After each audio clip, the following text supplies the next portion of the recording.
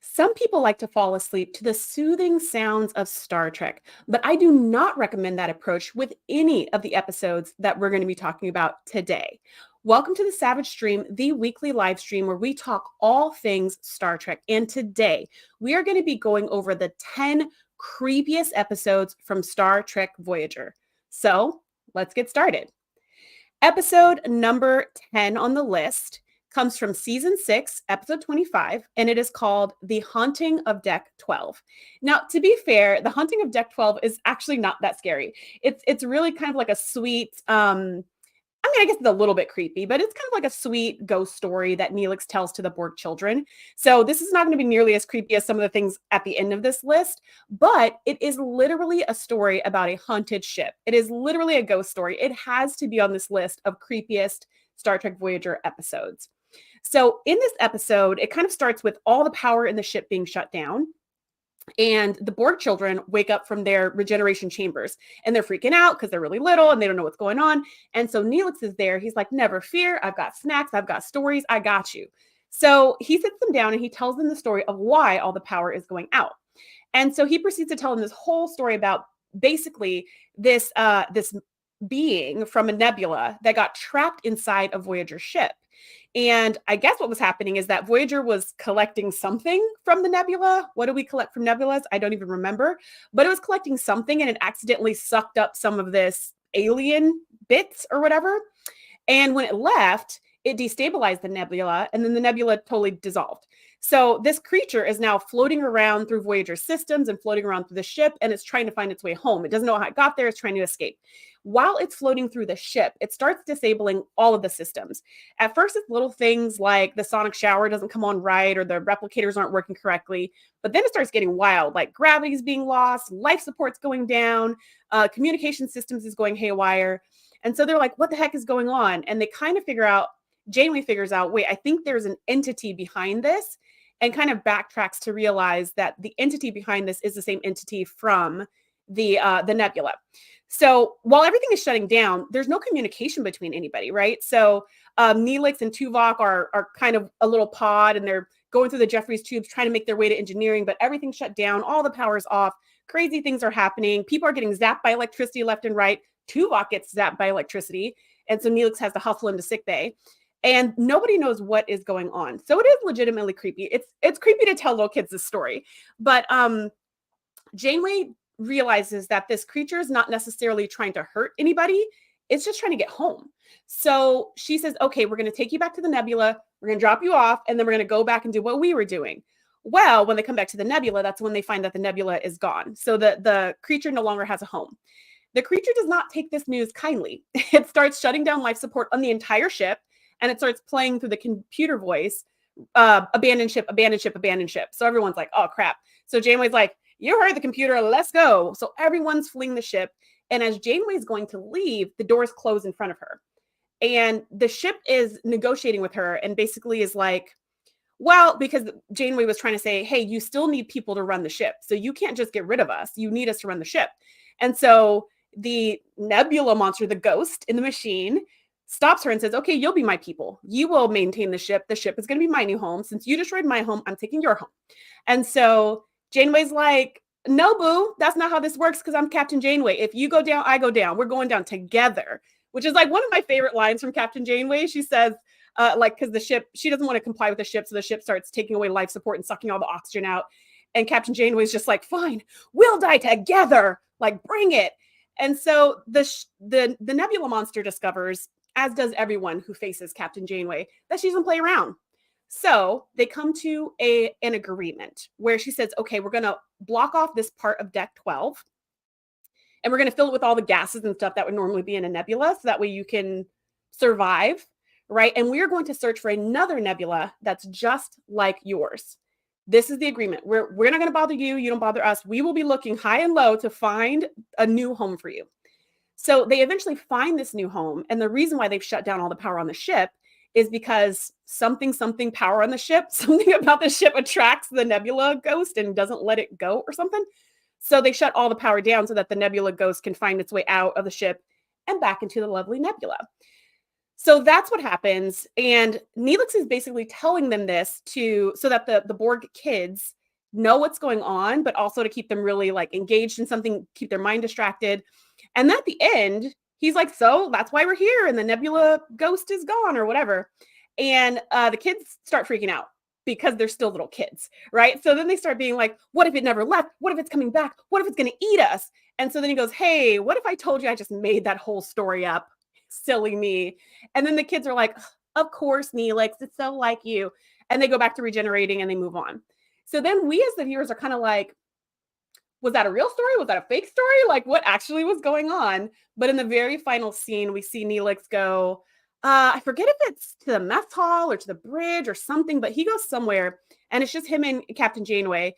And they're looking out at this beautiful nebula. And Neelix is like, wow, I hope it's found a good home now. So it turns out the whole story was true, but it was a little too scary for the kids. So he pulled back at the end to try to make it seem less scary for the kids, which is such a sweet, teacherly thing to do, which I like about Neelix. That's probably my favorite thing about Neelix is the way he is with the kids, because the way he is with Cass is like my least favorite thing. So I like that by season 6 and 7, he's just like this just sweet old camp counselor. So that is episode number 10. I'm going to check the chat and then we're going to get to episode number 9. So if you're watching on TikTok, hello, I cannot see your comments on TikTok. I can't see them because they're too little for my mature eyes. But if you head on over to YouTube, I will be able to connect with you. Hi, everybody on YouTube. I can see you guys in the chat, those of you who are there live, and hello to everyone watching on the replay. By the way, if you are looking for Star Trek inspired gift ideas, I put together a whole series of bundles that I think is pretty cool and pretty fun. So just click the link in the description and you can check out all those different bundles and get some cool Trek inspired ideas. Okay, so I'm going to check the chat and then we're going to hit episode number 9 on my list of creepiest episodes of Star Trek Voyager. Okay, so Win Grace says, I am frightened already. This story is, this episode's like pretty, I think it's pretty like kind of cute and sweet because it's told to kids, but it's also pretty like creepy. Like I wouldn't want to be on this ghost ship with some nebula monster attacking everybody. Win Grace said that Neelix and Tuvok would not need a pod to escape if they were still Tuvix. They wouldn't need 2 pods, they would just need 1 pod to escape. Nadia says Tuvix would have saved some space. And Nadia says, I always liked how Neelix was with the kids. Me too. I always like how Neelix was with the kids. I feel like that was his sweet spot. That and being an ambassador was a good place for him to be. Nadia says, rewatching Voyager as an adult and as a mom, I find I like Neelix a lot more than I did way back then. Yeah, I totally hear you on that. Neelix is kind of an acquired taste. I actually feel similarly to the Doctor. Neelix and the Doctor in season 1 of Voyager are not my favorite. Like I just find them really grating and hard to look at and listen to. But I love the Doctor by season 7. I think he's one of the most transformed characters in Voyager. And I also really love Neelix, and it's because of stuff like this. I love the way he is with the kids. I love the way he is with Naomi. And I just think it's really, really sweet. Okay, let's go to episode number 9 on the list. Episode number 9 comes from season 6, episode 14, and it is called Memorial. So in this episode, Chakotay, Paris, Kim, and Neelix return from a 2-week away mission to find some deuterium. So it's season 6, but we're still looking for deuterium. We're still doing that. We're still searching the Delta Quadrant for more fuel. So they come back and they start having all these nightmares and visions about some kind of conflict that they were in. So as the Doctor's running tests and asking questions, it's like they come to the conclusion that you could not have been in a battle. You could not have been in a war. This could not have happened. You've only been gone for 2 weeks. There's no battle scars on you. There's no signs of previous surgery. But these 4 are convinced that they were in this battle and that their names were different, but they committed all these atrocities. So Janeway's like, okay, let's retrace their steps. Maybe they were kidnapped or something. Maybe they were forced into some kind of conflict and their memories were wiped because this is Star Trek, so that could happen. So they retrace their steps and they come upon this particular planet. Once they get too close to this planet, everybody on the ship starts having visions and nightmares and post-traumatic stress, and everyone is freaking out. People can't sleep. People have insomnia because of all these horrible night terrors. And Janeway kind of figures out, and the crew figures out that it's all coming from this one planet. And Janeway herself is also having visions and hallucinations and all of these things about these atrocities. When they get down to the planet has not been touched for over 300 years. So the fact that they were all in some kind of conflict mere days ago is completely impossible. And what they discover is that there's actually this big piece of technology on that planet that is acting as a memorial, kind of like an inner light in TNG, right? Where there was like this memorial thing that could zap into your brain and give you a bunch of memories. Similar to that, but much, much more traumatic. I think inner light was pretty traumatic, but this is even more traumatic, where basically this memorial was set up by the soldiers who committed this atrocity. They came onto this planet. They had one job. They were supposed to take all the civilians, round them up, and move them off the planet. That was their job. But some of the civilians wanted to fight back because this was their home. So the soldiers were not expecting an armed resistance. So a few of the civilians fought back, and then the soldiers were scared, and they just blasted everyone. They blasted away every single person. They massacred every single person in this colony. Not only did they do that, but then they proceeded to dissolve all of the bodies. Because you know how phasers have like different settings, and one of them is like, blast, and one of them is like knock down, and one of them is like, make them pass out. Well, there's a setting that just disintegrates. So they just started disintegrating all these bodies to hide what they've done. And the general or whatever, the head of these people was like, our official story is going to be that when we got to this colony to clear them all out, they had already left of their own accord. That's what we're going to tell everybody. Right. So some of the soldiers are like, no, this is wrong. We shouldn't do this. And some of the soldiers are like, don't shoot. They're civilians. And some of the soldiers are like, you see this whole range of what's going on in this crazy battle. And basically, after this atrocity, those people, the soldiers, set up this memorial so that future generations would learn from their mistakes and never repeat it again. The whole idea was never again. Let this never happen again. But because this technology is 300 years old, it started kind of like malfunctioning. So instead of it being this sequence of memories that flowed in one direction, it just became nightmares and visions, and it kind of stuck to people and got into their brains and they couldn't get it out. So it became really, really traumatic. So Chakotay was like, okay, that's nice. Now we know the history of that. Great. Can we blow this thing up now? Because it has traumatized our entire crew. I mean, we have the entire mess hall full of people collapsed on bunks who cannot function because of all these crazy things in their head. And Janeway was like, yeah, but the whole point of the memorial is so we can remember and learn from history and never do this again. We can't destroy it. That defeats the purpose of everything. And it really undermines the loss that happened here. And so she says, you know what? We're going to power it so that it can survive for another 300 years. And so that's exactly what they do. But they also launch a few warning buoys in the atmosphere of that planet so that anyone coming near to that planet will know what they're getting into. They will know that there's some kind of mind controlling device on this planet that's going to have you experience some atrocities. So that way it becomes more like a museum piece that you can interact with if you choose to, rather than what it was in this episode, which was more of an assault. So I put this on one of the creepiest episodes, the list of the creepiest episodes from Star Trek Voyager, because just the thought of it is horrifying. Being in war, I'm not a soldier, although many people in my family have served. That's how my parents met. They met in the Army. But soldier life's not for me. Like I couldn't handle it. Nobody wants me with a weapon. But I imagine that it's extremely difficult. And what I liked about this episode is that it was not painting it in romantic overtones in any way, shape, or form. It really showed the horrors. It really showed the fear.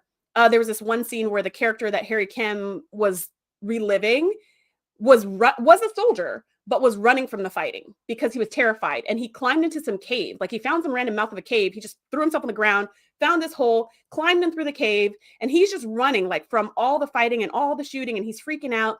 And he gets inside the cave and there's two civilians in there, like an old married couple. And they're hiding as well in the cave. And he walks in and he's like, freeze right there. Stop where you're at. And they're like, we don't have any weapons. We're just people who were hiding from all the crazy fighting. All we have is this blanket and like a tin cup. But one of them accidentally drops the tin cup, like they knock it down because they're scared. And the soldier who Harry is playing hears that like clink, clink, clink sound. And it just like, he loses it and he just opens fire on them and just plows them down with this machine gun phaser thing. Um,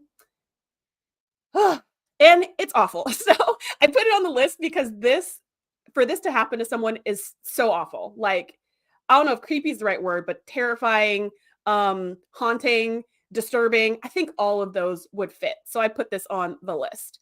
I'm going to check the chat and then we're going to head to episode number 8. By the way, if you're joining me on TikTok, I cannot see your comments, but I would love to have you over on YouTube so I can see your comments. Okay, so Nadia says the doctor rocks. He's an hysterical character with lots of character growth, which I totally agree with. Wingray says, is this the one where Tom starts seeing war on his TV? Yes, this is the episode where Tom is watching an old school television that Balana got him as a gift in his quarters, and all of a sudden he starts seeing this war play out on the TV screen, and then suddenly he's in the TV screen. It's that episode. Nadia says, I love Janeway's reaction and her decision to repower the memorial. I think that was a really tough call. Let me know in the chat. Would you have repowered this memorial? Would you have destroyed it, or would you have given it more power? What would you have done? Because after watching this episode, I was on team blow it up. But then I heard what Janeway had to say, and I was like, well, I guess that makes sense. Like, you can't just go around blowing up people's memorials, statues. But I don't know. What would you do? Let me know in the comments. Let me know in the chat. Would you repower this device, or would you destroy this device? And those are your options. Okay, so I'm hearing power it up. I don't know what it, let's see. Okay, I don't know even know why I clicked this because I can't see it. I also see PS2 Cypher is saying I would just walk away, which is interesting. So you would choose neither to power it up nor to destroy it, which I will point out is definitely a choice. And you are making the choice so that other people coming into this space are going to have the same traumatic experience. So just so you know, it's still a choice. It's not like, nothing will happen from that. It's like all the crazy stuff that happened to the Voyager crew is going to happen to the next crew and the next crew and the next crew. I think the idea of putting the buoys around the planet to let people know danger, danger, I think that was smart. I think they should have done that regardless. I guess if they blew it up, it wouldn't matter. But whether they fixed it or left it, I think some buoys letting some people know was a very good idea. Wingray says Kirk would have exploded it. Which may be true, that Kirk would have just been like, nah, we're done. Okay, so let's go to episode number 8 on the list of the creepiest episodes of Star Trek Voyager. Episode number 8. This is a tough one. This comes from season 3, episode 12, and it is called Macrocosm.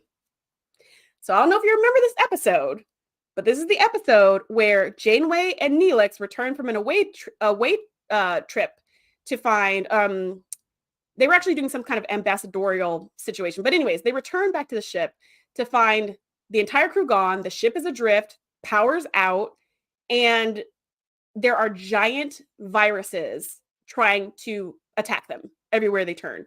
This episode is nuts. And my background is as a microbiologist. And in grad school, I studied viruses. So this episode was particularly terrifying for me.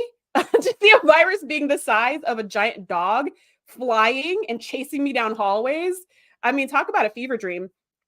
So in this episode, when Neelix and Janeway come onto the ship, it's just creepy. Another ghost ship. It's creepy. They don't know what's going on. They don't know where anybody is. Nobody's responding on the comms. And some invisible thing attacks Neelix by spitting a bunch of goo. It's basically like snot, but spitting a bunch of goo all over Neelix's face, but it's invisible. We don't see what did it or who did it. And Neelix kind of faints because whatever it is strong. And so Janeway's like, stay right there. I'm going to go get an emergency kit for you. So she goes to get the emergency kit. She comes back. His body's gone. So what the heck? So she makes her way to the bridge, which let's just pause right there. If there are 2 of you conscious, as far as you know, on the entire ship, one of you gets incapacitated, you go to get something to help, you come back and they're gone. I mean, what do you do in that situation? I would lose my mind. This is so scary already without the giant viruses, right? But anyways, Janeway's not scared. She's like, okay, one less cook for me to worry about. Let me get on with what I need to do. So she goes to the bridge so she can send a distress call so that any ships in the vicinity can come and help because she doesn't know what's going on. While she's on the bridge, something stings her. And again, it's invisible. So she doesn't see it, but she's like, what the heck? Because it's not like they have insects just floating around on Voyager normally. So she she gets stung and she's like, okay, that can't be good. Later on, she goes into the mess hall for some reason and she finds the crew, the whole crew, there in piles on the floor. Now, thankfully, they're all alive, but they're all unconscious. And so she's like, what the heck? And she goes over to them and she sees on their necks, they have all these, they're kind of like termite mounds. It's super gross. I can never actually look at the scene because it makes me nauseous, but they have all these like mounds on their neck. And when she goes to touch it, why did she touch it? When she goes to touch it to see what's going on, all these insect things fly out of it. And she's like, oh my gosh. And she backs up and then she hears buzzing and she looks around and now there's a giant virus, like a giant insect thing, like big as her body. And it starts chasing her and trying to like hit her with its little pincers or whatever. So she makes a break for it. She escapes. She ends up in sick bay. In sick bay, the doctor tells her the whole story. Basically it was the doctor's fault, which is kind of unfortunate. PS2 Sci-Fi, I see the vomit emoji. Seriously, like that part of the scene, like I can't even. But the doctor tells her everything. So what happened was when Neelix and Janeway left for their mission, they got they got a distress call. And so the doctor went to this mining colony because everybody was sick, everyone was infected. And it was easier for the doctor to go because he's holographic, so he can't get contaminated. So he went and they were all infected with this flying virus thing, this parasite.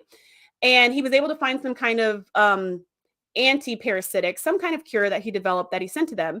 And all was well, and they were all able to recover. Well, when he transported back to the ship, he accidentally brought some of that virus with him. Don't ask me how that works because transporters are supposed to filter out all kinds of biohazards. So that shouldn't have happened. And also, how does anything stick to a hologram? I don't know. But in this case, it did. So when he gets back to the ship, the little virus particles are still on him some kind of way, and they end up infecting the bioneural circuitry of the ship.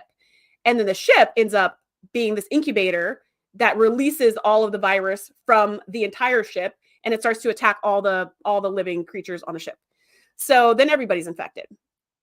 So the doctor's like, my bad, but I have this cure here, and all we need to do is go and infuse it into different parts of the ship so that the cure can kind of flow through the ship and can undo all this damage. The problem is these viruses are attracted to, I think they say something like bioneural energy or something like that, but basically living things, but not just living things. I feel like it was like bioneural energy, something like that, where it's even attracted to holograms. So even the doctor being a hologram, the viruses will try to attack him. So that's why he stayed in sick bay, because he doesn't know what to do. He was the only one on the ship not incapacitated. And if he leaves the ship, all the viruses try to attack him and he can't get anything done anyways. So Janeway's like, all right, bet. Here's what we're going to do. We're going to, divide and conquer. We're jumping to the Jeffries tubes. You go left, I'll go right. And we'll start injecting all these different parts of the ship. So that way we can clean it all out. And then we'll find a way to inject this into all the crew members and we'll make sure they're okay. And then we just need to find a way to corral the giant version of the virus. So this virus goes from microscopic, which is what viruses actually are, to macroscopic. That's why it's called macrocosm, to gigantic. So this virus just gets bigger and bigger and bigger. And so she's like, okay, some of these things are going to work against the small virus, but for the giant viruses, we need a way to kind of get them in one spot. So she turns on the holodeck program. You know that like little Hawaiian tiki bar thing that they have sometimes? She turns that on and she fills it with all these holographic people and she opens the doors really wide. And all the giant viruses from all over the ship come flying in so they can get these people, these people and infect them. Here's the worst part, I think. They programmed the holographic people to react like real people would to a giant virus trying to attack them. I feel like that was unnecessary because the viruses can't tell the difference, but whatever, they did. So as the giant viruses are coming into the holodeck, all the holographic characters are running and screaming and jumping and trying to get away. And once they're all in there, Janeway pulls out some of these anti-parasitics or whatever, antivirals, like grenades, and like tosses them in, and she ducks for cover. And then I guess they all get blasted and cleaned up or whatever. The doctor goes and takes care of the crew. The day is saved. So that episode is so creepy. Like, it is just so creepy. Everything about it is creepy. It's eerie. A giant virus is terrifying. Although I would argue that microscopic viruses are also terrifying, but at least they don't buzz. I think that's the thing about this episode that takes the creepiness to another level, is that every time you turn around, you just hear this buzzing, but you don't know where it's coming from. Is it above you? Is it below you? Is it around the next corner? Is it in the room you're about to go into? And that to me is just like, oh, getting chills down my spine just thinking about it. So I'm going to check the chat, and then we're going to go to episode number 7 on the list. Okay. Let's see. So PS2 Cypher says, yeah, some things are better left for others to encounter. Nadia says, oh yeah, this is the Janeway Die Hard episode. She does another version of TNG's Starship Mine, which is such a good episode. Oh my gosh, I love that episode. ST says, I love Macrocosm, except for the buzzing sounds. And Janeway is amazing. Yeah, she's so amazing in this episode. I mean, I guess she kind of has to be, because she's literally the only one still functional other than the doctor, because Neelix is taken out immediately, which, by the way, I also like that touch, right? It's like 2 against the world, and immediately your second person's gone, and it's just you. That was a good way to set the creepiness factor really early on in this episode, other than the fact that it's all dark and quiet. Nadia says, yeah, the sound was really creepy. And it's just like a buzz, just like a fly buzzing. But the way they did it made it eerie, took it to another level. Okay, so let's hit episode number 7 on the list of the creepiest episodes of Star Trek Voyager. And this comes from season 5. It's episode 14, and it is called Bliss, which I really like this episode. In the episode Bliss, Seven and Paris and Naomi Wildman return from some really simple away mission to like look at the stars or something like that. They return to the ship and they find that everybody is so excited. Everyone's buzzing and they're happy. And Seven's like, what's going on? They're like, we found a wormhole to Earth. Woo! And she's like, well, that seems extremely unlikely. And they're like, no, it's true. We found a wormhole to Earth and we're going to be there in days. Woo! Or maybe even hours, maybe by the end of the day. And everyone's super excited. So Seven calls BS. She goes to her quarters and she breaks into Janeway's private logs. And she sees that just a few hours ago, Captain Janeway was super suspicious as well. She starts out with something like, yeah, we think we found some kind of wormhole to Earth, but further scans have shown that this is some kind of elaborate deception. We want to know who's trying to deceive us and why and what the heck is going on. That was her first log. And then you know how they make these supplemental logs? So there's like 3 other supplemental logs. And by the last log, she's like, we're going to Earth. We're going to be there by the end of the day. Isn't this great? And Seven's like, all right, something is up. So Seven starts to do some investigating. She starts to try to figure out what this anomaly is exactly. She goes to Astrometrics lab and she's trying to scan it and measure it and see like, it says it's a wormhole, but it's lacking all these characteristics of a wormhole. So as she's doing her scans and her investigation, the entire Astrometrics lab shuts down. And she's like, what the heck? And somebody comes in, I forget who it is, maybe Chakotay or something. They come in and they're like, hey, sorry about that, Seven, but we've got to shut down this whole thing because it's going to mess up our ability to go through the wormhole. And she's like, wait a minute. So everything she's trying to do to investigate this very suspicious situation is making people, or is like, it's being counteracted. So when she tries to scan things, the scans shut down. When she tries to figure out more information, all those avenues of information are closed to her. Even to the point where the crew says, we're so sorry, Seven, we have to deactivate you. Not deactivate you. We have to put you to sleep. We have to put you to sleep because if you're awake when we go through the wormhole, there's some Borg activity inside of it or something, and it could put us at risk. So we have to knock you out. Basically, this wormhole has such a control on the people's minds that it's even able to manipulate them to keep Seven from figuring out the truth. So then Seven makes a break for it. She ends up back in her alcove and she starts using some like Borg force fields and stuff to keep everybody out while she's trying to figure out what's going on. Naomi Wildman happens to be hiding there because she was like, everybody's acting really weird on the ship. They're creeping me out. Everyone's talking about Earth like it's so great. What do I know about Earth? I was born on this ship. I don't want to go, So Seven like teams up with Naomi Wildman and they're going to try to solve this. So she's like, all right, Naomi, keep this force field going. Keep Chakotay and the rest out of the alcove. I'm going to do a site-to-site to engineering. I'm going to shut the ship down so it stops moving forward into this wormhole. She beams over and she's like, she puts up another force field, of course, when she gets there, and she's going at it as fast as she can, trying to get the ship to stop so that it won't go into this wormhole and potentially into danger. And Janeway's just like, you know what? She's going into hibernation whether she wants it or not. And she overloads the station that Seven's at. And it zaps her and knocks her out. So you're like, ruh-roh. When Seven wakes up, everyone on the ship is passed out. Every single person is knocked out. And she's like, what is going on? So she goes to some panel and she starts trying to figure out where they are. Turns out they're inside the wormhole. And as she's scanning, she's like, this is not a wormhole at all. Not only is it not a wormhole, but there's another alien ship inside the not wormhole. So she reaches out and she's like, what is going on? And all the stuff. And basically this guy, who's kind of like Captain Ahab, I think his name is Katal or something, Katai. He tells her that the wormhole is actually this gigantic space creature, this huge space creature. Kind of looks like a mix between that silkworm from the TNG episode where Reginald Barclay saves the people on the transporter, mixed with like Nebula. It's a really cool looking life form. But basically this life form has some kind of telepathic ability to convince ships to fly into its mouth so that it can digest it. And it digests not just the organic matter, but it digests the metals, the energy outputs, like the dilithium, every part of whatever it consumes, it completely dissolves and reconstitutes and uses all of its energy, which is wild. Like, what a cool alien. What a cool, interesting alien to come up with. But basically, Katai tells her all of this and says, I've been hunting this creature, I think for like, I don't know, I don't remember what he said, like 30 years, 20 years, something like that, because back in the day, his ship with his entire family and his entire people, like all of his people were on this colony ship trying to find a new planet.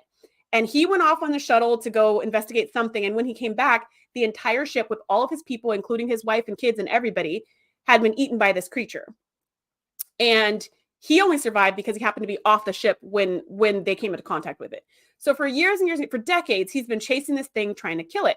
But he can't kill it because every time he gets inside and he thinks he's laying, booby traps or laying some kind of mines or grenades or whatever, torpedoes inside the creature tricks his mind so that really he's nowhere near the area he thinks he's in and keeps trying to eat him. So it's like this never-ending battle. So Naomi's still awake. Seven goes and gets Naomi, and they all work together to escape this giant creature. Once they are finally out, the crew naturally wakes up and they kind of set course back to home. Katai goes back to his busted ship that's falling apart. It's being held together with like rubber bands and chewing gum, but he goes back to his ship so he can go back to hunting this creature and trying to get rid of it for good and for all. This creature that's potentially thousands, hundreds of thousands of years old and seems pretty unstoppable. But I guess Katai has nothing better to do. So he leaves Voyager to go back to his quest. I think of this episode as Jaws in space. Do you know that episode that part in that scene in Jaws when they're under the boat and the old like salty sea captain is like telling his story about the sharks and the men go in the water and the sharks are in the water. And like that scene where you're just like, oh my gosh, what's going on? They do pretty much that exact scene again in this episode with Katai and Seven. But Seven cuts him off and is just like, can you not? This whole situation is depressing enough. I don't want to hear all this sad story. And he's like, fine, I was just trying to tell you what was going on. It's pretty funny. But yeah, this episode is creepy. It's so creepy. If not for 7 of 9, they would all be eaten at this moment. Okay, I'm going to check the chat and then we're going to go to episode number 6 on the list. When Grace says, kind of wish she took the virus to Fairhaven instead. Kind of wish that Janeway took that virus to Fairhaven instead of the Tiki Bar. I mean, I guess it would have made more of a difference because the characters in Fairhaven remember stuff that happens to them. PS2 Cypher says, this is another one I would just walk away from. Yes, I agree with you. And today we're talking about the creepiest episodes of Star Trek Voyager. So pretty much all of them, with the exception of the first, which isn't that bad, are, definitely walk away from them moments. So I totally hear you on that. All right, episode number 6 on the list. This comes from season 1, episode 5, and it is called Phage. This is the episode where we meet the Vidians for the very first time. Vidians, need I say more? They are terrifying. They are such a scary species. And again, so brilliant. Like, I really love the creativity levels that they took things to in the Delta Quadrant. So in this episode, the crew, there's an away team that goes to this planet or moon or asteroid or something to get dilithium, because this is season 1. So every single episode was about dilithium. But as they're searching these caves for dilithium, every time they think there's a dilithium deposit just around the corner, it disappears. So at one point they're just like, this is a fool's chase. This is a wild goose chase. Let's just go back to the ship and find dilithium somewhere else. Or was it deuterium? Whatever it is that they're always looking for. They're like, we'll just go find it somewhere else. And while Neelix is disobeying that order, some alien jumps from behind a rock and shoots him. And then he falls down gasping. And so the OA team finds him and beams him to sickbay. And they're like, what's gone wrong? Turns out the Vidians have stolen the lungs from his body. Like, they have removed his lungs. And they did it with some kind of device they had that's a mixture between a phaser and a tricorder and a transporter. So it can scan your body and simultaneously find the organs that they want and remove them surgically from your body in an instant, which is nuts. So this is what happened to Neelix. They end up putting him in this restraining field inside of sickbay, and they make some holographic lungs for him. Now, you may be wondering, why don't they just replicate him some new lungs? Well, they explain that in this episode. They say that Neelix's lungs are far too complicated for the replicators to make another set. You might also be asking, why can't he get a donation of some similar alien? Well, apparently because he's Talaxian, he's so dissimilar from every single alien on the ship, no one can give any donation. So he has to stay paralyzed, presumably for the rest of his life, unless the doctor can think of something else, which is super sad. So Janeway's like, not on my watch. No one's taking the lungs from one of my crew members and getting away with it. So she starts chasing this Vidian ship. And she's like, we're going to catch this ship and we're getting Neelix's lungs back. Because the doctor says something like, well, if you find his lungs, we can put them back, but we can't make new ones and we can't borrow any from anyone else. So she's like, we're finding those lungs. So she chases the Vidians into this like asteroid where they do some kind of like double ship magic and they try to escape, but whatever, they get caught. And then we find out the story behind the Vidians. So it turns out they were actually not being malicious, although it was really messed up for them to do, but they were not going around like trying to be big bad guys. What happened was their civilization was extremely advanced, like way more advanced than all the civilizations in the Federation. But there was this terrible disease, a phage, a virus that started attacking them, and it starts making all of their organs shut down, including their skin, which is the largest organ on the body. So the Vidians have a habit of harvesting organs from other individuals to extend their lives, like just to keep living. So they're basically like really smart, really technologically advanced zombies, which is terrifying, right? So they're telling, so they're like, this is what happened.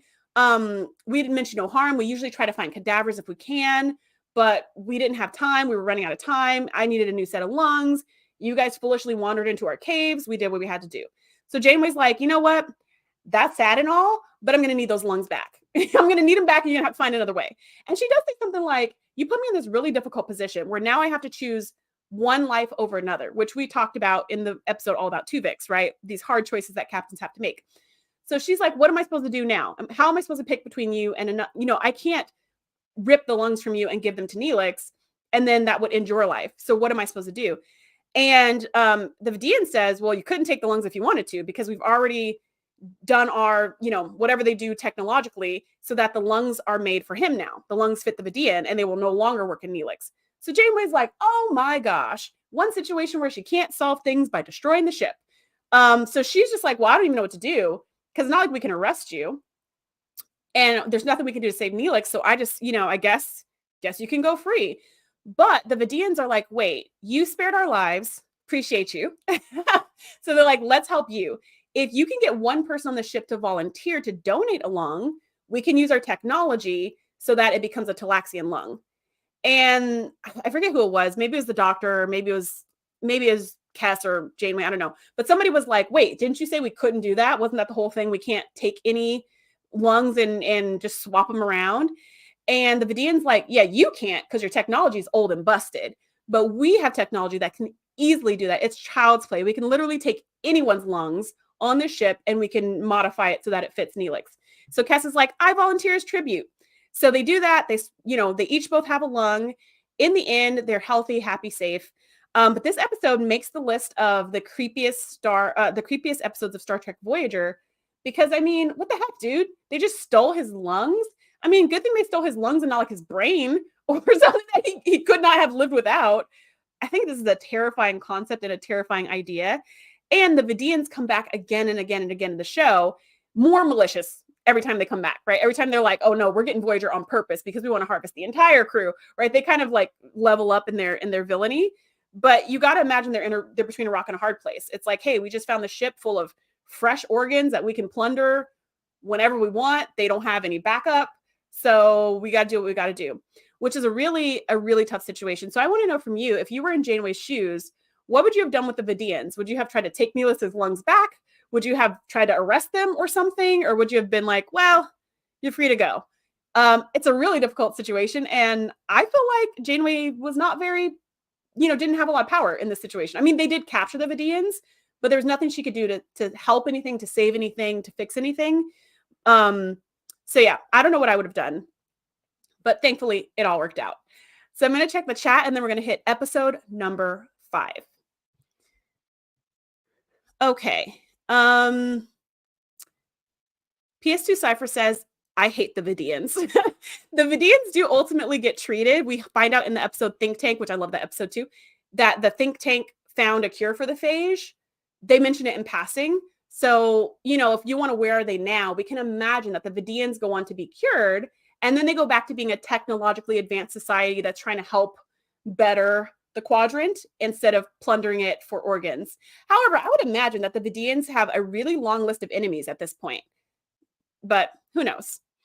Wingrace says, should have been the main threat over the Kazon early on. I agree. And this was, let me see, this was episode 5. And I think they brought the Kazon in the pilot episode because they wanted to do this play on Kazon versus Ocampa, which it irritates me to no end. When I first watched Voyager, I didn't even notice. But on the rewatch as an adult, I was like, what the F? So yeah, everything they did with the Kazon was just, I don't know what was going on. But the Vidians were a much better threat than the Kazon. And I think it's because the Vidians have a little bit of that Borg edge, right? Where they are just wiping out people left and right, but they're doing it because they have to. And so they're going to, as opposed to the Kazon, who just seem kind of foolish. Yeah, I agree with you, Wingrace. They would have made a much stronger threat to be a more recurring threat. I think they were only in maybe 2 or 3 episodes, but they were good episodes. Nadia says Neelix deserved it. He should have followed orders to rejoin the away team. Seriously, like when rewatching this episode, I was like, dude, Chakotay's like, get back to the rendezvous point, and we're gonna beam you all out.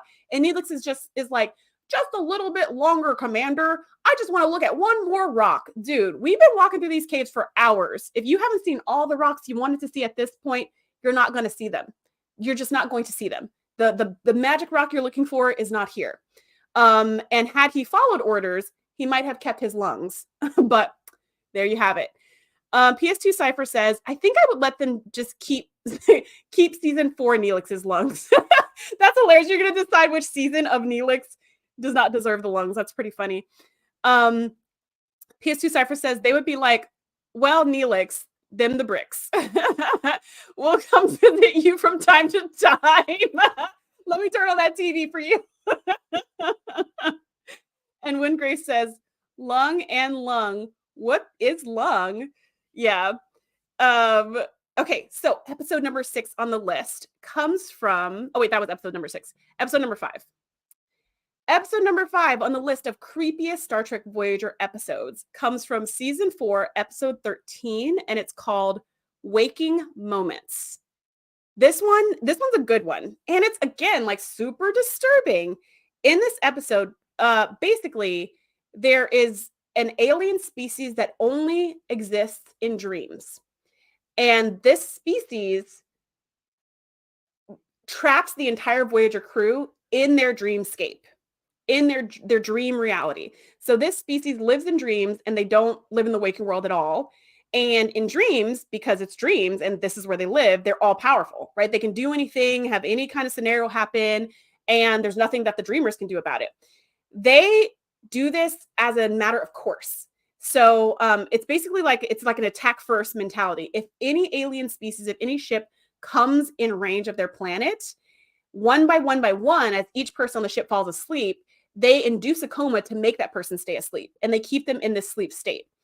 And they do this because if the waking people ever found where they're sleeping, they'd be totally vulnerable, right? Because they're asleep. They'd have no defense. So they just do this to every ship that goes by. Chakotay, turns out, has the ability to do lucid dreaming. So he's like, I will go into the dream. I'll kind of like wake myself in the dream. I'll do lucid dreaming and I'll negotiate with these aliens. So that's exactly what he does. He goes in, he negotiates with the aliens. The aliens are like, all right, here's the deal. Like, we live in the dream. You live in the waking world. We don't like people coming near our space. So if you take the ship 12 parsecs east or whatever they say, if you take the ship away out of our space, all of your crew members will wake up and you will be able to go on your merry way. And Chakotay's like, deal, cool, we're out. So he wakes up and he tells Janeway the good news. Cool. All we have to do is we just have to go 12 parsecs east. We're going to be out of their space. Everybody's going to wake up. It's going to be cool. Everybody starts waking up. And then he looks and he sees on the LCARS panel a giant moon, which was his wake signal. He was like, if I see Earth's moon, then that will tell me that I'm still sleeping and I'll have to wake myself up. But he had already woken himself up, or so he thought. So he sees the Earth's moon and he's like, wait, I'm still sleeping. I'm still sleeping. And while he's saying that, the Voyager crew, Paris and Janeway, they're like, you're going crazy, Chakotay. You're not well. And they pin him down and the doctor comes to inject him with a hypo spray to help him sleep. And in this dream inside a dream. And Chakotay's like, no. And then he wakes up for reals this time in sick bay. And when he wakes up, everyone on the ship is asleep, except for and the doctor's standing over him like, what happened? And Chakotay's like, oh man, he lied to me. Of course he lied to you. These aliens are not good guys. These are not the good guys. They have all the power in this situation because, as one of the lead aliens says, you all have to sleep sometime. At some point, you're going to enter our world and we're going to have you. You can't stay awake forever. So the doctor concocts this like kind of a shot of caffeine or whatever, some stimulant that he keeps having to inject into Chakotay every few minutes so that he doesn't fall asleep, so that they can like figure out how to get out of the situation. So Chakotay is scanning like crazy trying to find the planet where these aliens are, because his plan is to beam to their cavern and wake them up and threaten them. And that plan is successful. He finds their cavern, he beams over there, he uses the stimulant, he injects it in one of the aliens, and he's like, you better let us out. But unfortunately, that was his last little boost of stimulant, and he put it into the alien instead of himself. So immediately after making that threat, he collapses and falls asleep, and he wakes up in the dreamscape.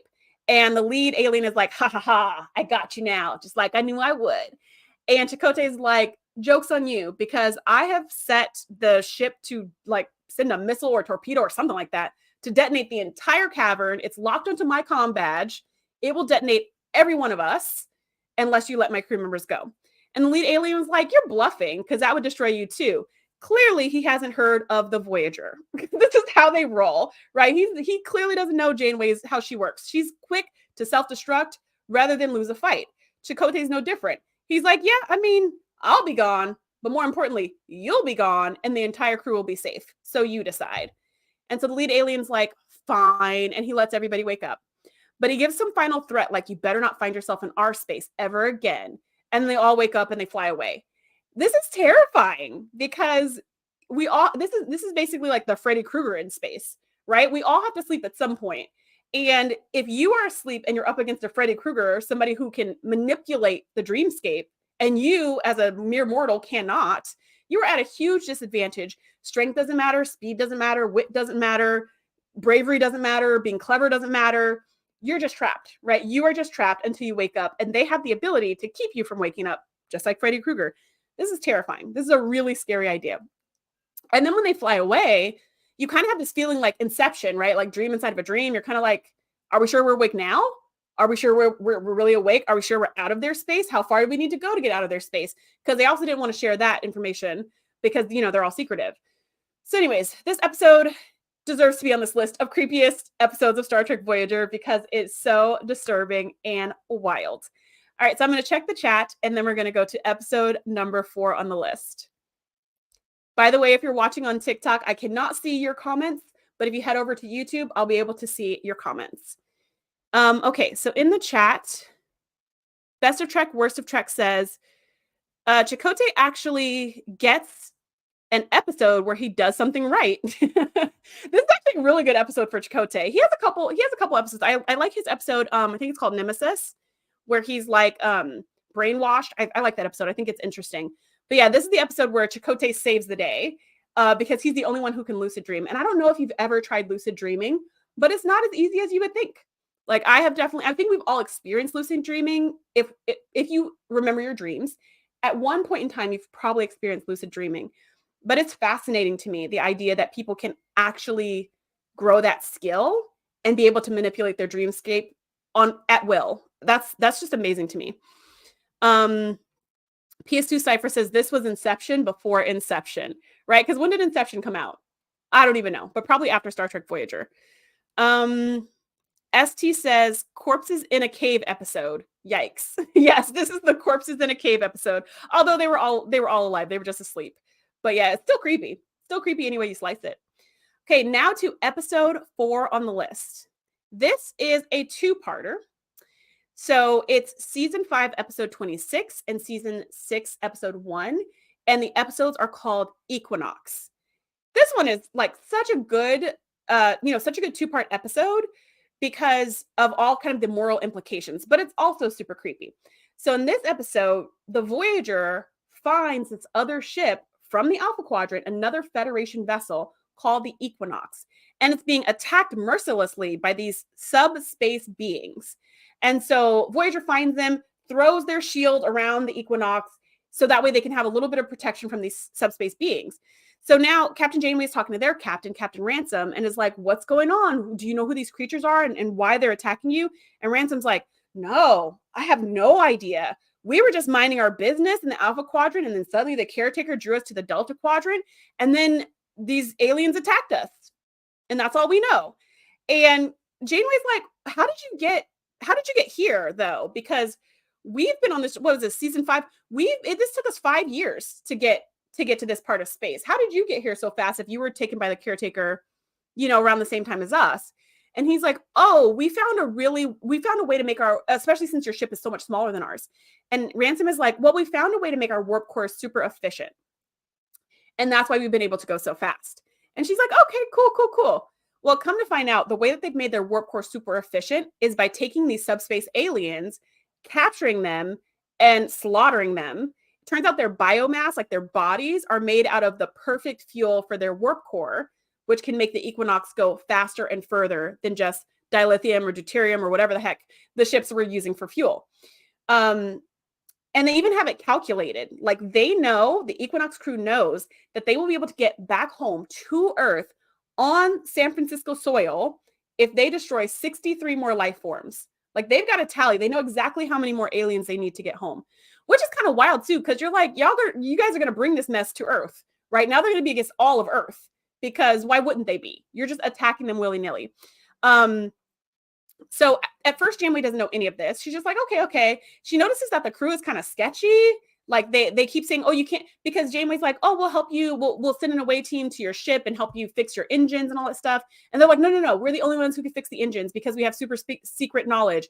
And they're like, no. You can't go into the warp core because it's flooded with poisonous radioactive gas that will melt your face off. So you can't go in there. So Janeway sends the doctor because the doctor is not going to be harmed by any of that. And when the doctor gets there, that's when the doctor finds out about all these things, finds out about the alien life forms and finds their little chamber where they capture the alien life forms and connect it to the warp core. And so the doctor's like, oh, this is bad. Well, it's like the first in command for the Equinox is butting up with 7 of 9 while they're trying to work on repairs or whatever. And then they end up because they're all shady AF, they end up attacking Voyager. This is the Equinox crew. They attack Voyager. They steal their shield generating technology so that they can shield the Equinox against these aliens and leave Voyager open without a shield, basically as bait. Like, have you ever heard that thing about if you're ever being chased by zombies, all you need, the only 3 friends you need are 3 friends slower than you? It's kind of like that, where they're just like, they're throwing the Voyager to these aliens so that way they can escape or whatever. And they kidnap 7 of 9 and they kidnap the doctor and they erase his ethical subroutines so that he is just as twisted and bent as them and does all of their will. So 7 immediately is like, I'm not helping you. I don't care what you say. I'm not helping you. I will not comply. Right? She's like, no. So they get the doctor to mess with her implants and mess with her brain and stuff. So that way she'll comply, or they're trying to she's got some secret codes needed to make whatever technology they stole. They stole the shield generating technology and maybe something else from Voyager. but she locked it out with her board codes. And so they're using the doctor to like extract that information from her brain so that they can use it. And she's just like, you're gonna have to do what you have to do because I'm not gonna comply. So they, erase the doctor's ethical subroutine so he can get in there and do all this crazy neurosurgery on her. Anyways, so this crew is the worst. This crew is just the worst. Captain Janeway loses her mind about all of this when she finds out the truth, and she finds out that Ransom, a Federation captain, a Starfleet captain who's supposed to be all honorable and good and like, prime directive and everything, has just gone on this rampage. She loses her mind and she's like, we're going to get that ship and we're going to blow it up. She's chasing Ransom's ship. They're also, mind you, at this time, they're still fighting off these subspace aliens, which, by the way, every time they pop up, because they're in subspace, you don't know where they're going to come from. You don't know what angle. You don't know if they're going to be above you, behind you. And there's this high-pitched whistling sound that they make right before they show up. So even though you don't know where they're going to show up at, they're coming. You hear them coming. And it's so creepy and it's so disturbing. And you just see everybody with their phasers out and they're looking all around. And if the little alien creatures touch you, you're like instantly mummified. They like suck all your energy out or whatever, which is only fair because that's what Ransom's crew has been doing to them, sucking all their energy out. So anyways, while they're trying to fight off these aliens, Janeway is also trying to get Ransom. And she's like, this will not stand. We're gonna take him down. And she starts making all these crazy calls. Like she's willing to sacrifice absolutely everything to destroy Ransom's ship, to the point where Chakotay actually questions her orders and is like, I don't think you're thinking straight. You seem like you're acting out of anger and revenge. That doesn't sound like you, Captain. So Janeway relieves him of command, which I think is the only, correct me if I'm wrong in the chat, but I think this is the only time this ever happens in Star Trek Voyager, where Chakotay is relieved of duty. And it's because Janeway wants what she wants. She wants revenge. And she wants to uphold Starfleet honor or something. So they're chasing Ransom. Ransom's crew is like, come on, we just need 63 more creatures and then we can get out of here and we can be home and we can be home. And Ransom starts like second guessing this whole plan of mass murder of the aliens. And it's like, maybe it's wrong. Maybe what we've been doing is wrong. Because after he had that talk with Janeway, he's like kind of had a mirror and saw himself and was like, oh, because Janeway was like, we're going the long way. It's going to take us 70 years, but we're going to do it right. And obviously the Equinox crew has taken the shortcut, right? They're like, we'll hurt whoever we need to hurt as long as we get home. So anyways, he changes his mind, and the first in command of the Equinox doesn't like that. So they mutiny. So now the ship is divided, and they only have like 12 people left alive on their ship anyways. So I guess 6 of them are like, we want to stop. We don't want to hurt these aliens anymore. And 6 of them are like, it's too late now. We want to get home. We're not going to stay here in the Delta Quadrant. So there's a big mutiny and a firefight and all of this. Ransom ends up beaming like the good crew members, the repentant crew members, I guess, beaming them to Voyager. He beams over the doctor. He beams over 7 of 9. And he just like lets I think he takes down the shields or something. He lets his ship be run over by the aliens. Everyone gets zapped and then his ship blows up. And that's kind of his final act of penance. And now Janeway is like kind of comes to her senses, and the aliens stop. They feel like this was enough for them. They stop attacking and they go back to subspace to live their best life. So now they have this new, these 6 new crewmen who are mutineers, mass murderers, like a lot of things going on, repentant too, but just like a lot of things going on. So the first thing Janeway does is strip them of all their rank. And then she decides to integrate them into the crew because they still have like 70 years left on their journey, 65 at this point.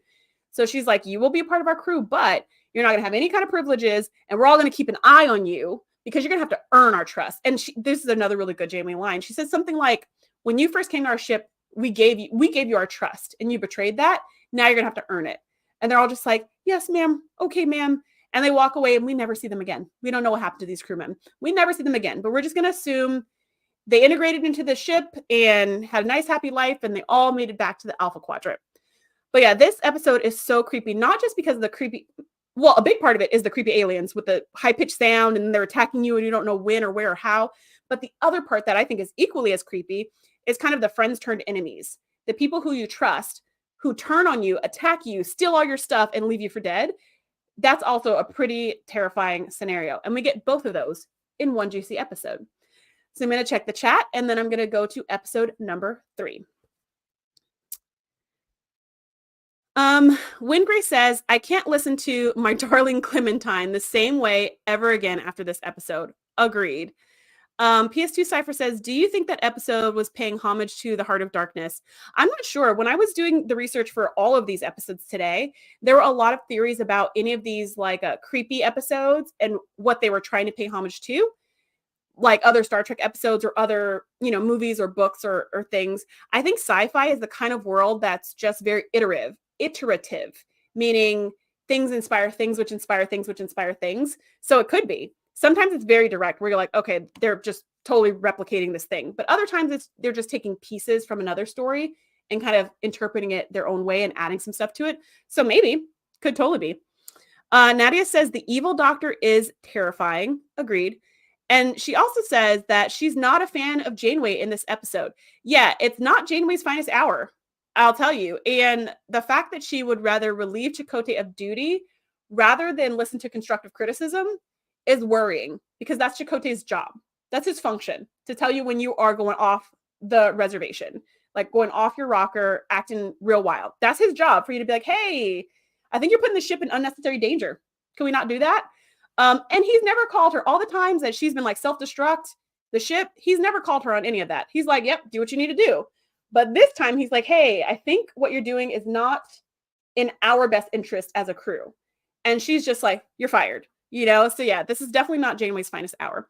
Best of Trek, Worst of Trek says Equinox and Tuvix are not Janeway at her finest. But almost every captain gets a white whale to irrationally hunt, and Ransom was hers, which is actually I agree. I totally agree. Best of Trek, Worst of Trek. And I also feel like that was kind of a nice touch, because the whole thing with Equinox, it was a compare and contrast, right? Equinox is who Voyager could have been if they took shortcuts. Equinox was kind of the Voyager's way, or the writer's way, of saying, look, every time Voyager's like, we can't do that, prime directive. It was actually good, because what if they did this? They could have turned into this horrible crew. And even if the Equinox made it home, like, they obviously wouldn't make it home as the same people, because they would never think of just massacring life forms for their own benefit before they were put in this precarious situation of being stranded in the Delta Quadrant. So if they did make it home, they would be totally different people. And I have a feeling that the ones who were beamed to the Voyager ship and stripped of rank and stuff would probably not be able to live with themselves. And the ones who were not, the ones who mutinied, they'd probably be terrors in society, because they wouldn't be able to fit back in with societal norms, because their morality is off, the rules of engagement are off. Now they're in a place where I can do whatever I want to whoever I want if it serves me, which is a really scary mindset for any person to have. Okay, moving on to the next episode on the list. This is episode 3 on our list of creepiest episodes of Star Trek Voyager. This comes from season 4. It's actually also a two-parter, episodes 18 and 19. And this one's called The Killing Game. So these episodes they're so interesting, but I cannot rewatch them. I cannot rewatch them because they're so disturbing to me. So in these episodes, if you remember the Hirogen are those warrior aliens in the Delta Quadrant. I guess they're supposed to kind of be like Klingons or something, but they're these warriors in the Delta Quadrant who are hunters. So they train their people once they come of age to go and hunt other creatures in the Delta Quadrant. That's what they do. But they have discovered that if they keep doing this, they are going to hunt the Delta Quadrant to extinction. And then they will lose their culture. They won't be able to hunt anymore, because there'll be nothing else and no one else to hunt. So when they come upon Voyager and they learn about the holodecks, they're like, this is genius. We can just kidnap the entire Voyager crew, turn the whole ship into a series of holodecks, and we can just hunt the ship, like the crew members, over and over and over. And that's exactly what they do. So they set up all these different scenarios. Yeah, this one is Best of Trek, Worst of Trek says it wouldn't be Trek if there wasn't a show in every series about literal Nazis. That's true. There's definitely a message being put forth here from Star Trek, right?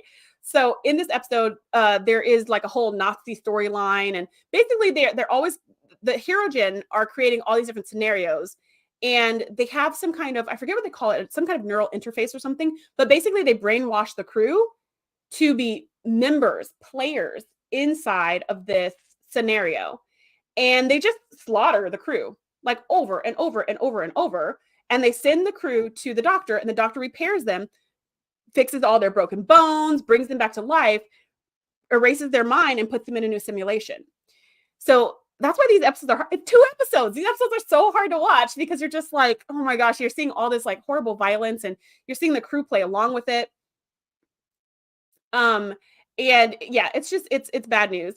And so anyways, the doctor figures out a way to kind of deactivate that neural interface in Janeway and the captain. So they come to themselves inside of the program, and then they figure out sorry, hold on one second. TikTok is about to close. So if you're on TikTok, it doesn't like me doing this. It's about to close in like 5 minutes. So if you want to keep watching, definitely come check me out on YouTube because this is about to shut off or something. Okay. So yeah, so Janeway and Seven come to their senses inside of the program, and then they liberate the rest of the crew. Well, basically, they lead the rest of the crew in a revolt against the Nazis, the Hirogen, and they almost take back the ship, but not really because the Hirogen are really strong and they've already taken over the ship. So Janeway ends up meeting with the lead Hirogen, and they come to a truce where they explain to each other, they come to this understanding that if you guys keep going the way you've been going, you will run out of people to hunt. But you cannot keep us trapped on the ship, murdering us over and over and over. That's also not an option. Okay. So what they decide to do is Janeway gives them holodeck technology and says, you can create the same holographic programs you were making on our ship. You can create this on your ships, but not with live crew members, with holographic prey. And you can hunt them to your heart's content. That way you can preserve your culture, you can preserve your rituals and your rites of maturity and all those things. You can maintain that without depleting the entire Delta Quadrant of all living creatures other than Hirogen. So the leader is like, cool, sounds good. So they transfer technology. All the Hirogen leave the ship. The ship is repaired. The doctor fixes everybody up and all is well. Until we get to the episode called Flesh and Blood, which I don't remember which season that is because I didn't write it down.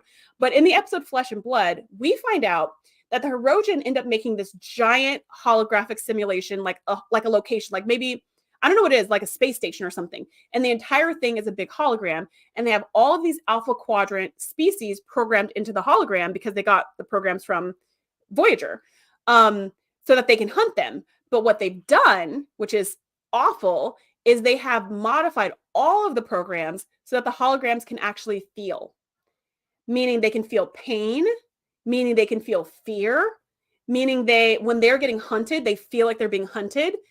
And the reason why they did this is because the Hirogen felt like the holographic prey weren't real enough, so they wanted to make them feel more real. So they gave them pain, they gave them fear, they gave them all these emotions so that way it would be more realistic.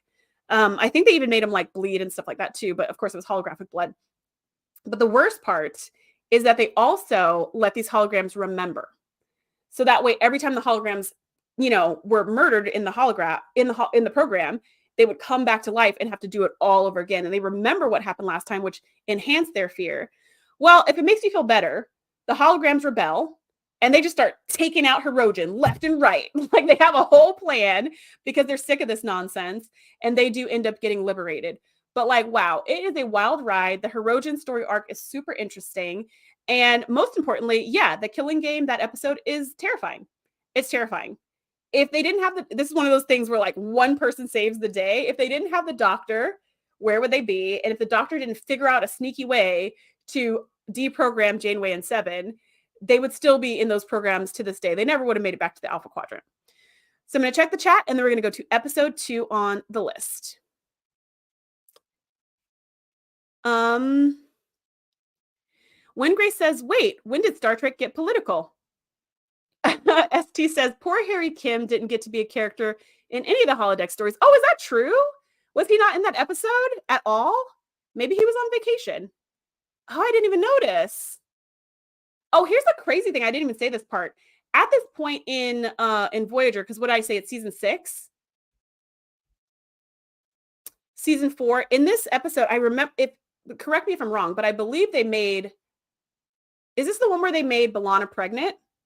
Or am I remembering that episode Workforce where she actually is pregnant? I don't know. But I for some reason I remember that. And I was like, dang, that's even more messed up. I think so. I think they made B'Elanna pregnant and like, I don't know. I might be confusing episodes, but it's just like taking that and making it even worse somehow. Wingrace says one more grievance for Perm Ensign Kim. Best of Trek, worst of Trek says Kim was forced to work for the Hirogen. Oh, so he was in the episode. He just was like on the outside. Was he the one creating the holodeck emitters or something? Was he the one putting in the holo emitters? As you can imagine, I don't rewatch this episode often because it's so disturbing. Best of Trek, worst of Trek says he didn't get to play a soldier or do the Klingon drinking songs. So I guess he was in the episode. He just wasn't in the holograms, which, lucky him. Okay, episode number 2 of the creepiest episodes of Star Trek Voyager comes from season 2, episode 23, and this is called The Thaw. This is the episode with the psychotic clown. It's another episode that I do not rewatch often because it's so disturbing. But today I did a deep dive into it just to refresh my mind. And I was like, right, still disturbing. Still just as disturbing as I remember. Okay, so in this episode, Voyager comes across this planet that has been destroyed by some kind of natural disaster or something, some kind of ecological disaster, maybe not natural, but some kind of disaster. But when they come upon it, it's kind of recovered. And so they find these 5 beings in a chamber and they're like, and 2 of them have died of heart attacks, but 3 of them are alive and their brains are all connected to the central computer. And so as they're checking, they're like, these 3 should have woken up a long time ago because now the planet has been restored. Think of like WALL-E. This is the situation, is like the planet's better. So now you can all come wake up and like resume your activities or whatever. But they're like, what caused these 2 people to have heart attacks? We don't know. And then also, why haven't these 3 people woken up? They couldn't figure out what was going on. They couldn't figure out from the computer. So B'Elanna and Harry Kim both volunteered to jump into the empty pods once they removed the corpses that were in there, and connect themselves to the central computer to figure out what was going on. When they get connected, they find themselves in some virtual reality space where this creepy circus is going on. And basically they get trapped. They cannot leave. And the clown, which is fear personified, is running the whole show. And he immediately goes to behead Harry Kim, which is just, it's terrifying because the crew who's measuring what's going on with B'Elanna and with Harry Kim, they can see that his heart's actually racing and that he's going near to having a heart attack, which is what happened to the other 2. So they're like, what's going on? They don't know what's going on in the central computer. And B'Elanna convinces the clown to let her out so she can negotiate with the captain.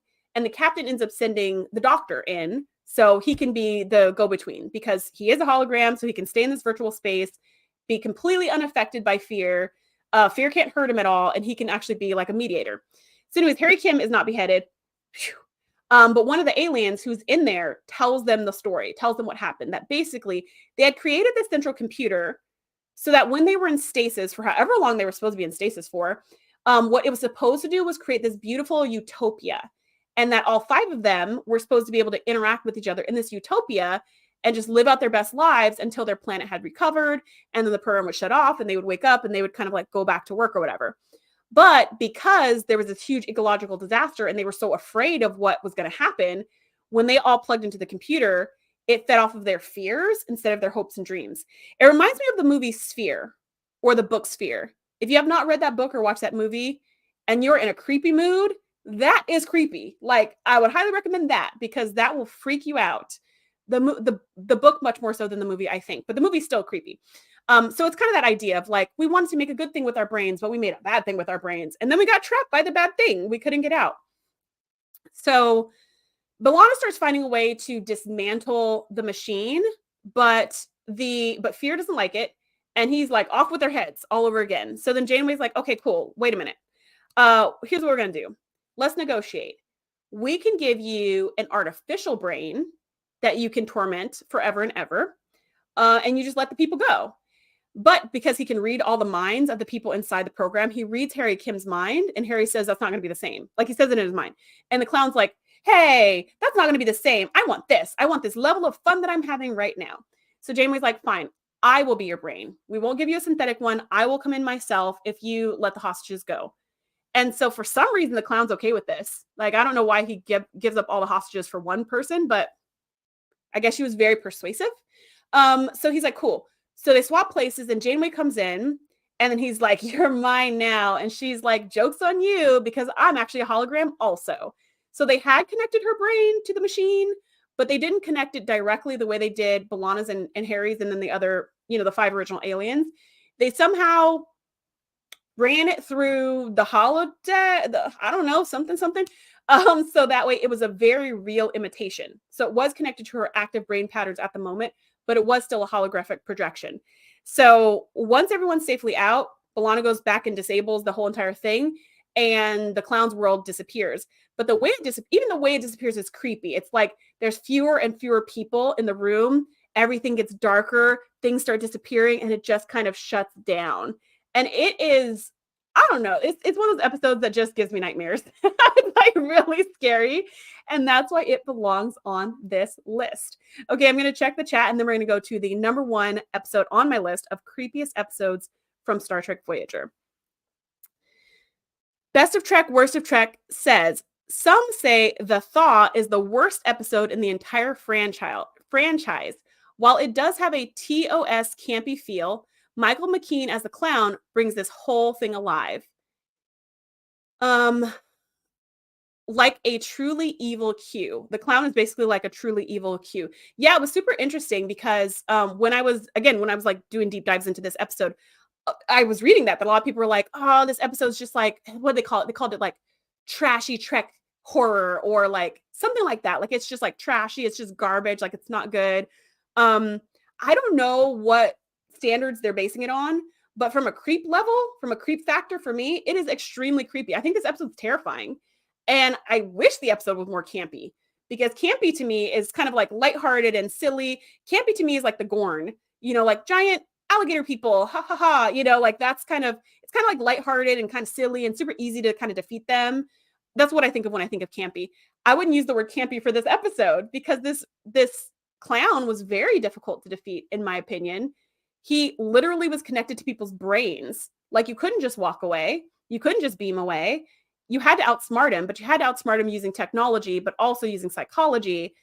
I don't know. I found this episode to be terrifying. So while most people may think this episode's the worst, or it's campy, or it's stupid, I will disagree. I will respectfully disagree and say this episode is really scary. And that's why it's number 2 on my list. PS2 Cypher says that she created a proxy brain, I guess. Yep, she did. She created a proxy brain some kind of way. Wingrace says, how can you dislike Janeway's final line?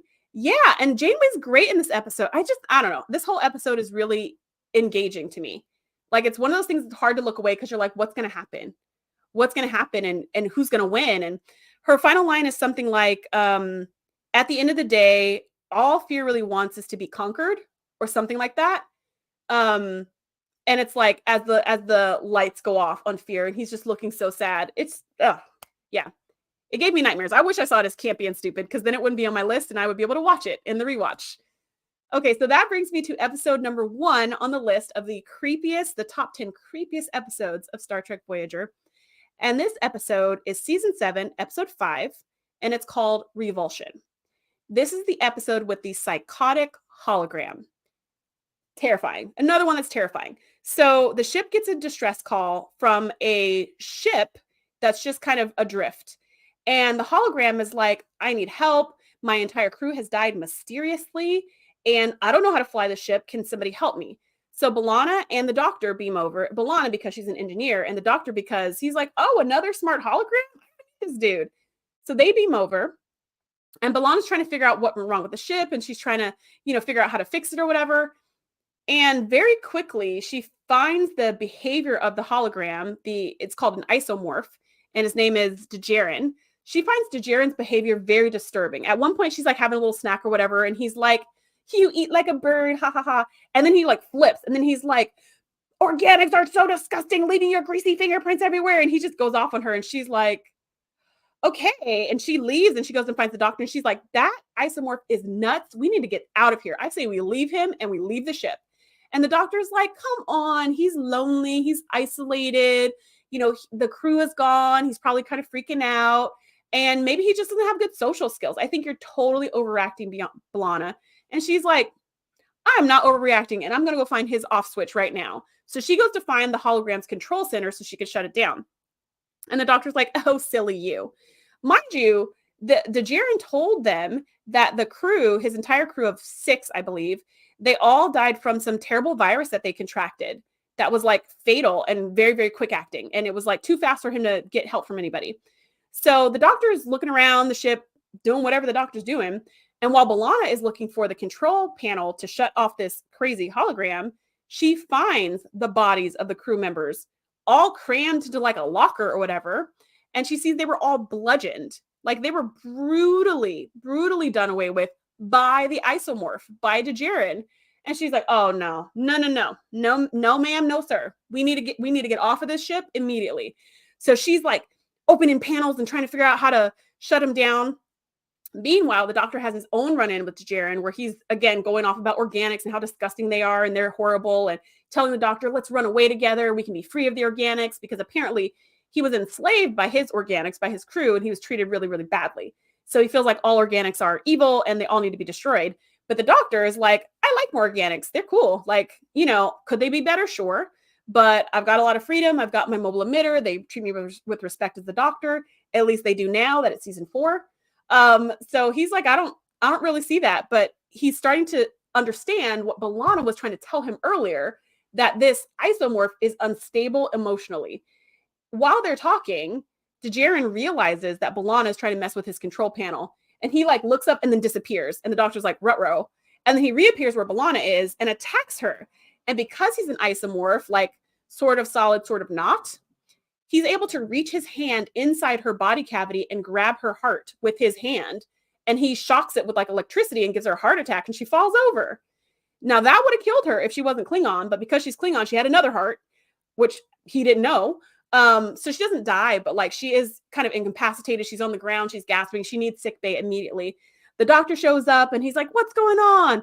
And DeJaren's like, huh, and like throws a hammer at him or something like that. And of course it passes right through the doctor. And so the doctor picks up something and throws something through him. And he's like, this could get very tedious. Like we're both holograms. Like this fight is done. But then DeJaren starts trying to attack the mobile emitter. And then the doctor's like, oh, wait a minute. Okay, actually don't hit that. That could cause a problem. And while they're going at it, there's this live wire on the ground that B'Elanna picks up and sticks into the isomorph's matrix. And it just like fries him and takes him offline permanently. And then B'Elanna's like, let's get the F out of here. And the doctor and B'Elanna beam off of this crazy ship. They get back to Voyager. They go, they're in sick bay. The doctor fixes B'Elanna up and everything. And they're kind of talking. And then the doctor makes this really like not that funny joke where he said something about organics, leaving the greasy fingerprints or something. And B'Elanna's like, was it contagious what that isomorph had? And then the doctor's like, just kidding. I like a little organic mess. And he like dropped something on the floor or whatever to be like, I'd rather be more like an organic than like that psycho. So I picked this as my number 1 scariest episode of Star Trek Voyager because it's kind of the least Trekkie. It's just like a really unstable personality who has access to a giant hammer. That's always scary, whether it's sci-fi or not. That is always a scary scenario. And that's why it topped my list. But the fact that it's a hologram makes it even scarier because it can pop in and out of places. It's not solid itself. So it's like it can attack you, but you can't attack it. So it's already got the deranged criminal bent from every scary movie that, from many, many scary movies. But in addition, it's got some sci-fi touches that make it even harder to combat. So this episode is the top of my list for being super duper duper creepy. I'm going to check the chat. If there's an episode that I did not mention that you think is super creepy and should be on this list, definitely let me know in the comments. And also, if there's an episode of any Star Trek, I had to kind of narrow it down because there's a lot of Trek out there. But if there's an episode that's super creepy from some other Star Trek show other than Voyager, definitely let me know in the comments. Okay, so PS2 Cypher says, I thought the Andy Dick hologram was creepy. Was creepier. And that was what was that episode where the doctor goes and meets that other hologram? I don't remember the name of it. I think that episode's so stupid. But I know people love that episode, but I'm not people. I definitely did not like that one. Best of Trek, Worst of Trek says, Leland Orser as the crazy holo plays a bunch of different Trek characters, including another creepy dude in Enterprise. Does he? Oh, that's super interesting. I wonder if he was ever in the Orville. I'm just curious. ST says B'Elanna goes through so much in this episode and in the show. Yeah, B'Elanna really goes through it in this episode, and she's just trying to do her job. She's just trying to fix the ship. And it's like, after you realize that this isomorph is unstable and deranged, and on a rampage. The last thing you want is for it to have autonomy over this ship. You don't want it to know how to fly to other places. You don't want it to know, I mean, granted, it can't really leave the ship because it needs the hollow emitters on the ship. But if it learns how to do stuff with the ship, maybe it can learn to fire with the ship. Maybe it can, I don't know. Part of me feels like this is kind of like the Armus situation from Star Trek The Next Generation. If you remember Armus is that goo monster that kills Tasha Yar. And it's the skin of evil, right? And the whole way that Picard negotiates Troy's release from the goo monster is he's like, I know you hate being isolated on this planet. I'm going to give you a shuttle so that you can roam the galaxy. But then he tricks him and doesn't give him a shuttle and they just leave. And Armus is like, no, Picard, darn you. So we talked about that on our podcast, the TNG podcast, which you can find in the description below. And my co-host was like, that was so messed up for Picard. Like, how could he promise that and then totally not keep his word and betray Armus? Which I understand that that's not in integrity. But my thing is, I don't want Armus off of this planet. I don't want him roaming free because he's already said he is the skin of evil. He has already said what he loves more than anything else is torturing other people. And that's all he wants to do all day and all night is just torture people. He's not some reformed character. He's still very much a bad guy. And I was like, I don't want him loose. I don't want him loose in the Alpha Quadrant. I don't want him going from planet to planet on a rampage. Leave him on Vagra 2. Like, yeah, it's sad you're all by yourself. And it's sad that those aliens created you because they didn't like negative thoughts or whatever. But that's not for the rest of the Alpha Quadrant to be punished for that. So like I see her point, but also I'm like, and where's Armus supposed to live exactly? You know, like I don't want him going to Earth. I don't want him going to Beta Z or whatever. I feel similar with this hologram. Even though this hologram can't leave the ship as far as we know, unless it was able to get its hands on the Doctor's mobile emitter, then it'd be free to roam, right? So I guess there's that possibility. But I just don't want him roaming. Like I just don't want that. And even the thought of what if he just takes the shuttle and he just goes and lives out the rest of eternity, I guess until the shuttle breaks down, just kind of in space. Like maybe he doesn't interact with any other thing. He just loves being a hologram and being on his own. What's wrong with that? I would say probably nothing. What are the chances that he would roam around space with never encounter anyone else? According to these shows, very low. There's like all kinds of space traffic, but you know, according to actual space, it'd be pretty high. And so I'd have no problems with him just kind of floating around, you know, by himself playing with his goldfish. But when he sent the distress signal to Voyager, that told me that he did want to connect with someone, right? Because he was like, my crew's dead and I don't know how to operate the ship. But if being around people was important, he would have at least left one of them alive. I don't know, whatever. There's a whole lot to think about here. Wait, I was reading the chat. Okay. So Nadia says 100%, this is the creepiest episode. Wingray says, great choice. A top episode for me is Coda from Voyager. I really love the episode Coda from Voyager. That's when Janeway thinks she's dead and she keeps like replaying memories or some, I don't know. It's kind of hard to describe because it's like a mind. It's like a mental manipulation from this parasitic alien, but it's super interesting. Yeah, so Coda's a good one. PS2 Cypher says, you are people to me. You are people to me also. Nadia says, in TNG, the episode Night Terrors was really scary. That was the one where everyone was kind of like in a coma, like they couldn't wake up or something, and Troy had to save the day. And Identity Crisis. You know, Nadia, somebody else also told me that Identity Crisis, they watched this episode when they were 8 and they couldn't sleep for like weeks when they watched Identity Crisis. That's the episode where Geordi gets turned into like a some kind of alien that kind of, it's invisible, but also bioluminescent, like it glows under black light. I thought that alien looked super cool, but the episode itself is so eerie and so creepy. And they really, like, they do it really well where you're like, what's that? What's that sound? And then people are disappearing. And yeah, that's a creepy episode. Nadia says, those gave me the heebie-jeebies. ST says, the Juggernaut episode is super creepy too. The Malon ship with the mythical monster who turns out to be real. The Juggernaut episode, the Malon ship with the mythical monster who turns out to be real. Why can't I remember this episode? I feel like I was just looking at that episode today, the Juggernaut, but I can't remember what that episode was about. There was a couple other episodes too. Like Nadia, you had mentioned Prototype in the email. And I also, like, that was one of the things I was thinking on the list too. And Prototype is the episode where B'Elanna gets kidnapped by this robot that she kind of revived. And the robot's like, now you have to fix all the other robots. And then she comes to find out that the robots who are at war with these other robots destroyed their makers because their makers said there's no more war and the robots wanted to keep fighting the war. So they just turned on their home worlds, destroyed everybody, and kept fighting their war. I thought that was creepy. But the things on this list are creepier. And that's why they made to me. And that's why they made the list. So, okay, Nadia says Juggernaut was the one with the weapon B'Elanna had to defuse.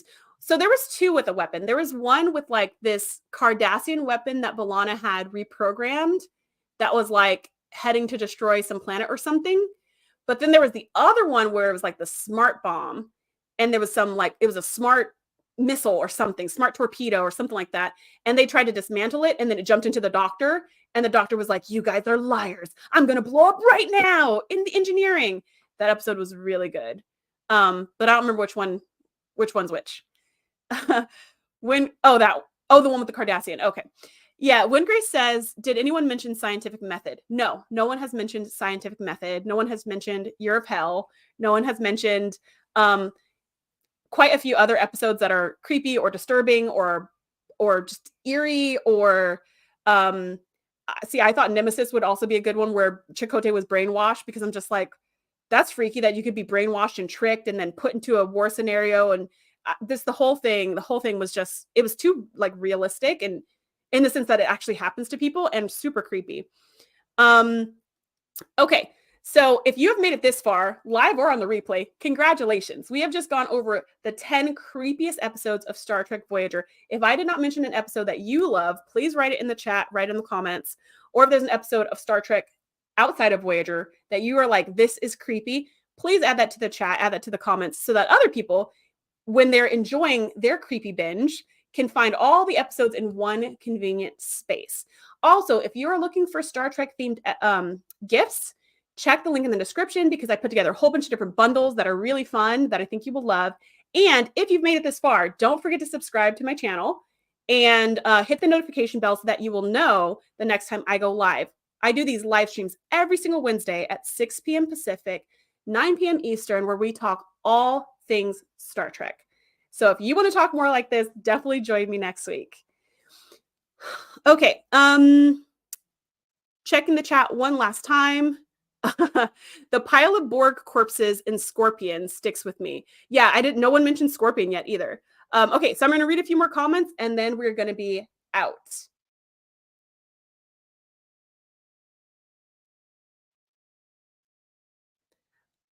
Let's see, what else do we have?